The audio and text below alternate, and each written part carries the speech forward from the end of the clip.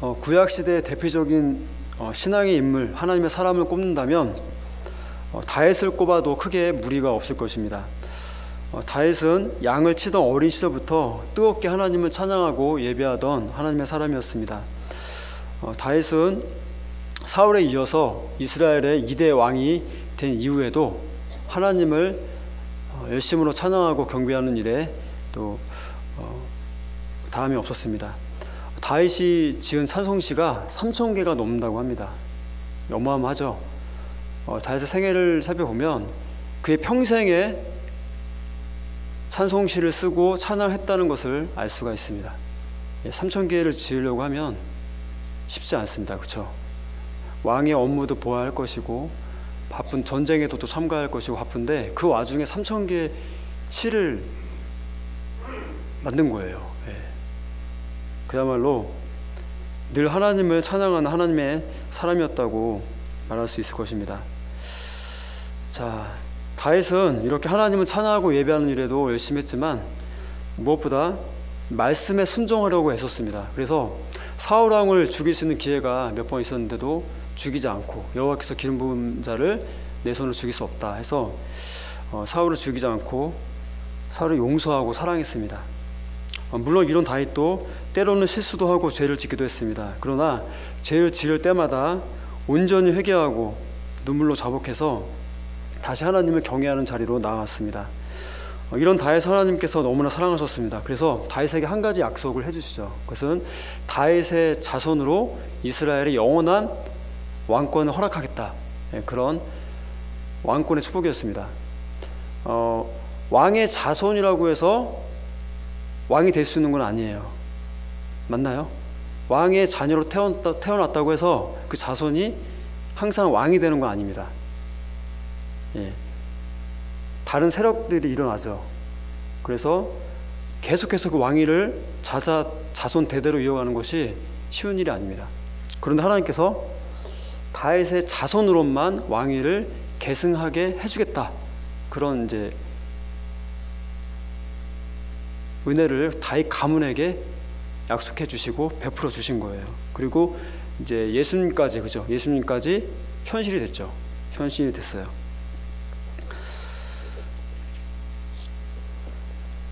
자, 그런데 안타깝게도 다윗을 이어서 그 자손들이 왕이 되었는데 다윗만큼 신실한 왕들이 일어나지를 않았어요. 너무나 많은 왕들이 타락했습니다. 그리고 우상을 섬겼어요. 특히 이제 므낫세 왕은 이방 나라가 섬기는 해와 달, 별을 숭배를 했고요. 또 바알과 아세라를 섬겼습니다. 또 그것도 모자라서 하나님의 임재를 상징했던 그 예루살렘 성전 안에서 우상을 만들어서 그 안에 들여놓고 섬겼어요. 다윗의 자손인데 그 므낫세 왕이 그런 죄를 저질렀습니다. 자, 그것은요, 여호와를 모시는 성전, 여호와를 예배하는 성전에 우상을 들어놓고 섬겼다. 그것은 이 므낫세 왕이 얼마나 하나님을 우습게 여기고 멸시했는지를 잘 보여줍니다. 자, 왕이 우상을 섬기니 백성들이 어떻겠습니까? 똑같이, 그렇죠? 똑같이 우상을 숭배하고 하나님을 멸시했습니다. 자, 이런 우상 숭배는 므낫세 왕에서 그치지 않고요, 므낫세 아들 아몬 왕에게도 그대로 이어졌어요. 그래서 므낫세 왕의 아들 아몬 왕도 하나님을 버리고 또 온갖 우상을 섬겼습니다. 자, 그러다가 이 아몬 왕 같은 경우는 신하들에 의해서 2년 만에 죽임을 당해요. 2년 만에 죽임을 당해서 자연스럽게 또 폐위가 됩니다. 그리고 아몬 왕에 이어서 그의 아들 요시아가 왕이 됩니다. 7살의 나이에 왕이 됐다고 합니다. 7살의 나이에. 그런데 이 요시아는 어렸을 때부터 그 전에 이제 선왕들과는 다른 모습을 보였다고 해요. 자, 시간이 흘러서 요시아 나이가 26살이 되었습니다.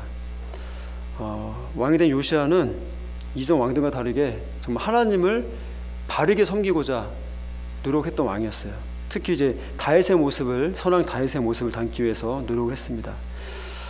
청년이 된 이제 요시아 왕은 성전 보수의 필요성을 느끼고 성전 보수 공사에 착수를 합니다. 그리고 이제 성전을 수리하다가 율법책을 발견하게 되죠. 왕의 서기관인 이제 제사장이 hil기야가 발견하고 제사장이 이제 서기관 사반에게 율법책을 넘겨요. 그래서 서기관 왕에게 율법책을 읽어주는 그런 또 역할도 했죠. 그래서 새롭게 발견된 율법책을 받아서 이제 그 요시야 왕의 앞에 나가서 큰 소리로 율법책을 읽기 시작합니다. 그런데 요시야 왕이 사반이 읽어주는 그 말씀을 듣고 옷을 찢고 가슴을 치면서 통곡하고 회개를 합니다.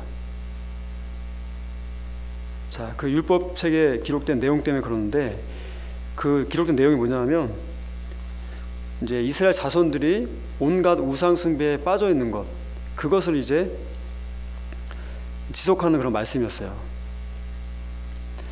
하나님께 싫어하시는 일들, 다른 신을 만들어 섬겼던 일들, 또 무당과 점장의 말을 믿고 따랐던 것들, 그리고 자신의 아버지와 할아버지, 그리고 이스라엘 백성들이 자행했던 이런 모든 우상 숭배에 대해서 그 율법책이 낱낱이 기록을 하고 있는 거예요. 그래서 그것 때문에 너무나 가슴이 아파서 자신이 지은 죄도 아닌데 옷을 찢고 통곡을 하고 자복을 합니다.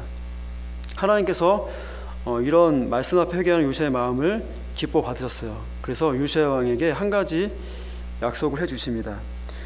그 약속의 말씀이 22장 19절에서 20절에 기록이 되어 있는데요. 제가 읽어보겠습니다. 내가 이곳과 그 주민에게 대하여 빈터가 되고 저주가 되리라 한 말을 내가 듣고 마음이 부드러워져서 여호와 곧 내 앞에서 겸비하여 옷을 찢고 통곡하였으므로 나도 내 말을 들었노라. 여호와가 말하였느니라. 그러므로 보라, 내가 너의 조상들에게 돌아가서 평안히 묘실로 들어가게 하리니 내가 이곳에 내리는 모든 재앙을 내 눈이 보지 못하리라. 하나님께서 우상 숭배에 빠진 백성들을, 이스라엘을 심판하실 것인데 요시야가 왕이 있을 때에는 그 일을 행하지 않겠다는 거예요.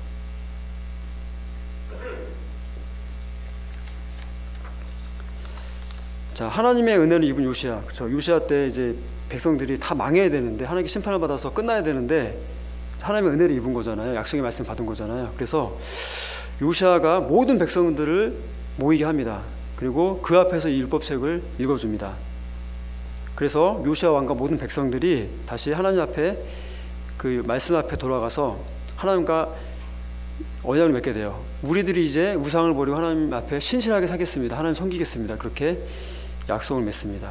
그래서 심판의 위기를 넘기게 됩니다. 요시야는 여기서 그치지 않습니다. 여기서 그치지 않고 이제 그 땅에서 자행됐던 우상 숭배, 바알과 아세라 우상을 비롯해서 각종 우상들을 다 태우고 부수어서 없애버립니다. 그리고 우상을 섬기던 제사장, 그 일에 앞장섰던 그 우상 숭배를 인도했던 제사장 무리들을 다 쫓아버립니다. 그 땅에서. 그리고 이제 진짜 하나님께서 가증하게 여기시는 것은 어떠한 것도 남기지 않고, 작은 것도 남기지 않고 그 이스라엘 땅에서 전부 다 색출해가지고 다 없애버려요. 하나님의 말씀을 듣고 순종하여서 우상 완전히 뿌리벗었던 요시야에 대해서 성경은 이렇게 기록합니다. 오늘 함께 있는 말씀인데 25절 말씀입니다. 25절 말씀을 다시 한번 읽겠습니다. 시작. 요시야와 같이 마음을 다하며 뜻을 다하며 힘을 다하여 모세의 모든 율법을 따라 여호와께로 돌이키는 왕은 요시야 전에도 없었고 후에도 그와 같은 자가 없었더라. 네, 하나님께서는 이렇게 신실한 요시야와 함께 하시면서 31년 동안 이스라엘을 지켜주셨습니다. 요시야 왕은 하나님의 말씀을 듣고 완전하게 순종하고자 철저하게 노력했던 왕이었습니다. 자, 하나님께서는요, 우리에게 이렇게 요시야 같은 순종을 원하세요. 요시야 당시에는 우상 숭배자가 하나도 없었어요. 가득했었는데 한 사람도 없었어요. 그 우상이 하나도 없었어요.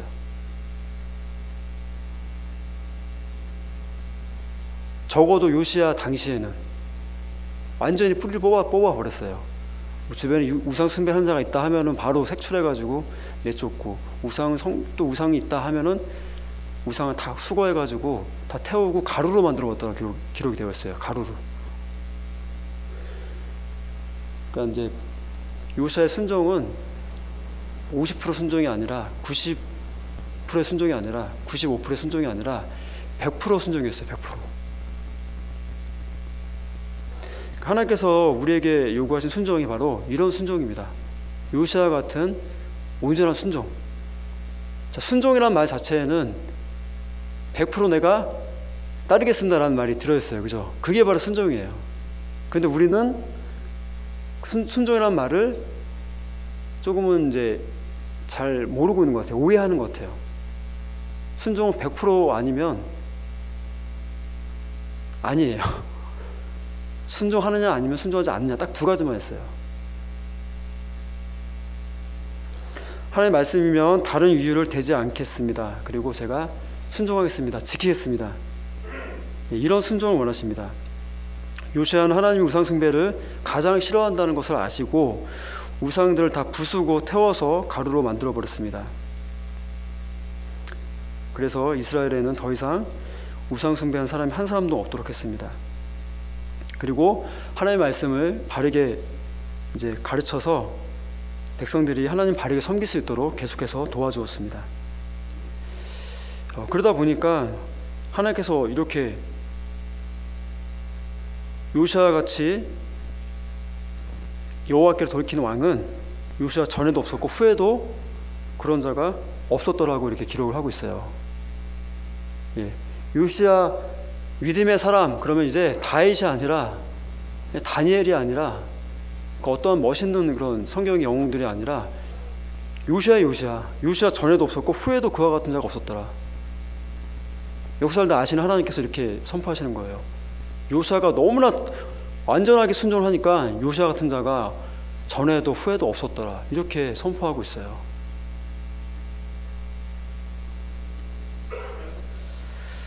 자, 오늘 요시아의 순종을 통해서 우리의 신앙을 돌아봤으면 좋겠습니다.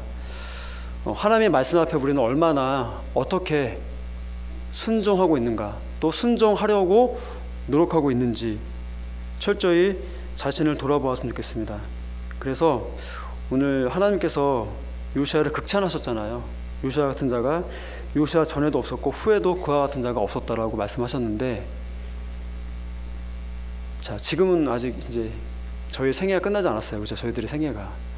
저희가 바로 이런 자가 될 수가 있습니다. 이런 자가 있었어요. 될 수가 있어요. 요시아 전에도 없었고 후에도 없었더라고 했는데 그 요시아의 이름을 우리의 이름으로 바꿀 수가 있어요. 어떻게 할 때? 우리가 요시아처럼 철저하게 순종할 때. 그러면 오늘 우리가 이 축복의 말씀의 주인공이 될 수가 있는 것입니다. 그래서 오늘 이 시간에 한번 해보겠습니다. 제가 돌아가서 이제 한번 해보시라고 하려고 했는데 25절 말씀에 요시아 자리에 이제 우리의 이름을 넣어서 한번 선포를 해보는 거예요. 자, 한번 해보시겠습니다. 시작. 요시아 같이 마음을 다하며 뜻을 다하며 힘을 다하여 모세의 모든 율법을 따라 여호와께로 돌이키는 왕은 실수 전에도 없었고 후에도 그와 같은 자가 없었더라. 자신의 이름 넣어서는 하셨죠? 방금 하신 거예요? 지금 너무 작게 하셔서 제가 못 들었는데 한번 집에 돌아가셔가지고 오늘 말씀을 피셔서 한번 요시아 왕의 자리에 본인의 이름을 넣어서 한번 선포하시기 바랍니다. 그래서 정말 하나님께서 요시아를 극찬하신 것처럼 저와 여러분을 정말 극찬하실 수 있는 그런 은혜가 저와 여러분에게 있기를 예수님의 이름으로 축복합니다.